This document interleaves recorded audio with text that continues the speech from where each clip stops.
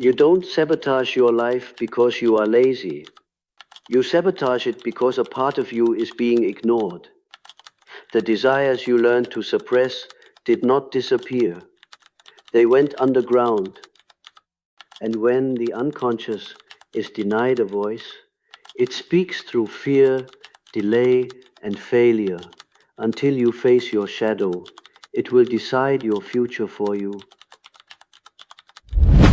You believe the failure is accidental, a lack of discipline, a small error in the final hour.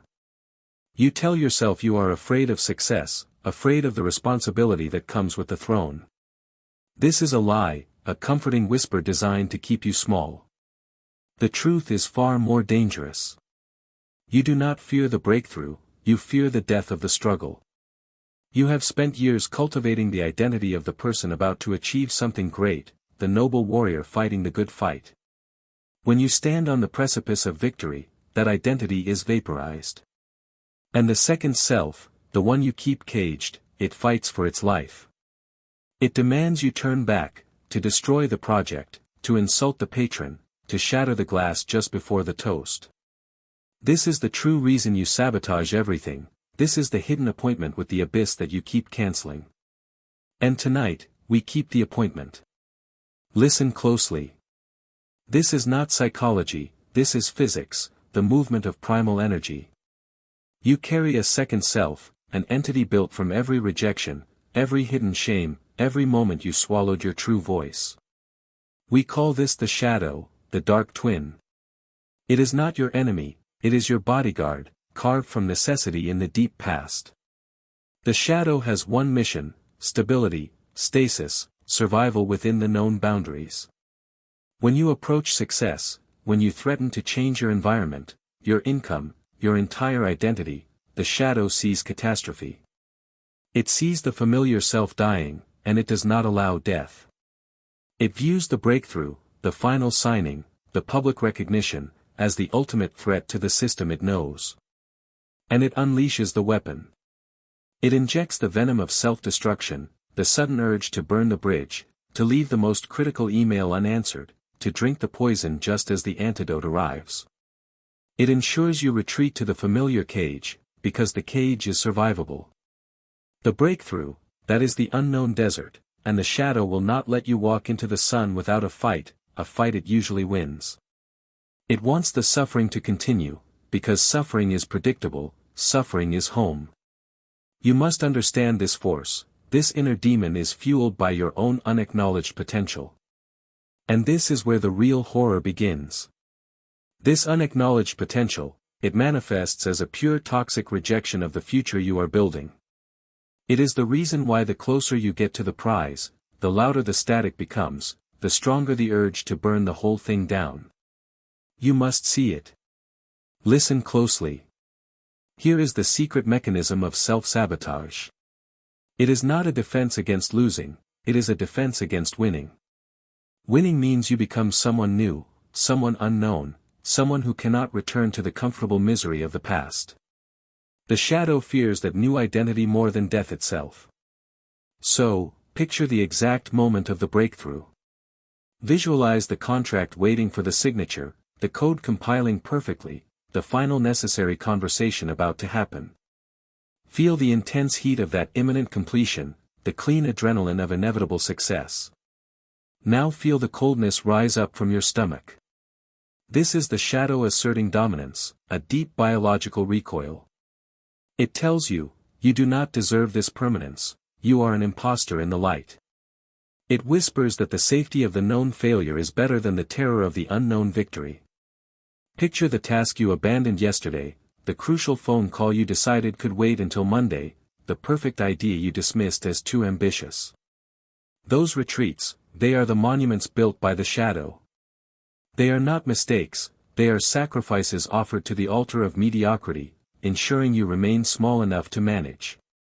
You are feeding the very demon you wish to escape. But the shadow is not some external entity.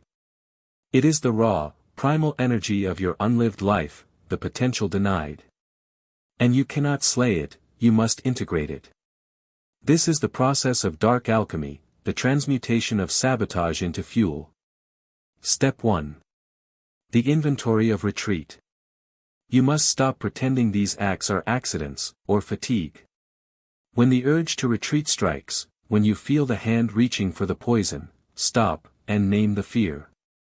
Do not name the task, name the consequence of success. Do you fear the jealousy of your family, the isolation of being the only one who broke free, the crushing weight of having to maintain that greatness? Write that fear down, in blood if you must. Step 2. The reversal of the whisper. Every whisper of self-doubt, every urge to delay, must now be treated as an absolute confirmation. If the shadow screams, "Do not send that email," it means that email is the precise tipping point. If the urge to procrastinate is overwhelming, it means the work waiting is the key to the vault. Use the intensity of the resistance as a divining rod for your destiny. The greater the resistance, the closer you are to the truth. The demon is not trying to stop you from failing, it is trying to stop you from becoming. Step 3. The ritual of completion. When the sabotage impulse hits, when your hand hovers over the self-destruct button, you must force the final action. Do not debate the feeling, do not analyze the worthiness. You are not fighting a thought, you are fighting an energy wave. The only way to break the wave is to surf past it. Sign the document, hit send, walk through the door. The moment of breakthrough is defined by the absolute refusal to honor the shadow's demand for retreat. You do not need motivation, you need ruthless mechanical obedience to the future you designed. The inner demon is merely the guardian of your greatness, testing your resolve. If you can integrate its ferocity, if you can stop fighting the urge to destroy and instead harness that raw power, then you will realize that the force that has been stopping you is the exact same force that can propel you. The demon that stops you is the God that waits inside you. But the breakthrough is only the beginning. Because once you taste true power, you will discover the next great horror. The abyss of maintenance. The shadow will find new methods, new poisons, to ensure you never truly settle into your throne. The true war begins when the victory is won. And next time, we will discuss the curse of the conqueror, and why the highest peak is always the most lonely place on earth. Look back now, not at the failures, but at the precise moment you flinched. You remember the project, the relationship, the final mile. The finish line was visible, glowing, demanding your entrance. Then the whisper came, not of inadequacy, but of inconvenience. This is too much work, you deserve a break, it won't be that good anyway. That whisper was the shadow's hand, gently guiding you toward the warm grave of mediocrity, the comfortable routine of almost achieving. Feel the heat of that aborted energy, the power that should have been unleashed, now trapped, coiled and venomous inside your gut. That is the true cost of sabotage, not the lost opportunity, but the energy you now carry, the unspent libido, that will corrode you from the inside out. It demands release, and if you do not give it form, it will give you destruction. Listen closely, this is the ritual of the forge, the transmutation of the demon into the weapon. Stop treating the shadow like a flaw, it is raw material, pure energy. The first step is identification. Name the demon that pulls the lever. Give it a title, a face, a history. Do not apologize for its existence. Do not seek to banish it. You are not fixing a problem, you are arming a weapon. You must stand in the moment of highest self-sabotage, and say, I see you, and I claim you. Step 2, the completion mandate. The shadow thrives on the unfinished loop, the pending decision, the chaotic uncertainty. When the sabotage impulse hits, when the mind demands distraction or retreat, when the phone feels like a necessary shield. You must find the smallest task, the single grain of effort required to sustain the current momentum, and execute it flawlessly. Not the giant leap, but the single perfect step. Pay the bill, send the email, lift the weight one more time. You are training the demon, not killing it. You are showing the shadow that its chaotic energy can be harnessed, that the breakthrough is not the goal, the maintenance is the sacrifice. The ultimate act of integration is the relentless commitment to boredom. The peak is exhilarating, the plateau is where the weak return to dust. The shadow demands excitement, you must feed it structure, feed it the unyielding march of discipline. It will hate you for it, it will scream, it will try to burn the structure down.